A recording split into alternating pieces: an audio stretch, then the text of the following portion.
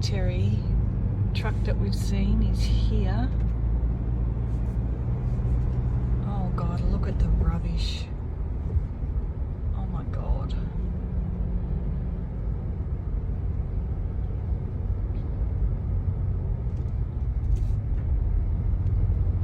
So this is just out of Wollongong, northern New South Wales.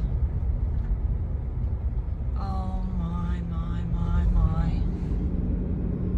Oh, both sides of the road. We've not seen it on both sides of the road. Ocean Shores only had one side of the road that was affected. Oh my God, everywhere. Those poor, poor people. Oh my God. I haven't seen any rubbish pickups here. It must smell to high heaven. Water tanks on their side. First-hand account of the flood zone in Wollongong by Donna Evans. In Wollongong this morning, 9th of March 2022, we went the long way round so we could check out Ocean Shores, where we went on the weekend to pick up a cat we are fostering until her human mum and dad find accommodation.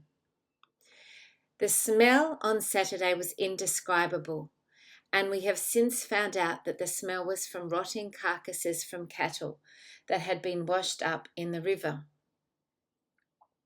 Today didn't seem any better, and from Ocean Shores, Burringbar and on into Wollongong, tons of rubbish, all household furniture, are still on the side of the roads, rotting with no heavy equipment seen anywhere to remove the rubbish. One little tiny forklift and truck were probably locally owned, and it was about 5 kilometres outside Wollongong, working its way into the township. We saw 5 army trucks on the side of the road, about a dozen military guys walking around. They have not seemed to have coordinated with anyone and had no heavy equipment for them to use, and they came empty-handed. We dropped off our donations and heard one lady seemingly still in shock, and that she has no idea where to start to tell her story. The area truly looked like a war zone. Tons of cars parked on the road were still covered with lots of mud that is just dust now. Furniture everywhere.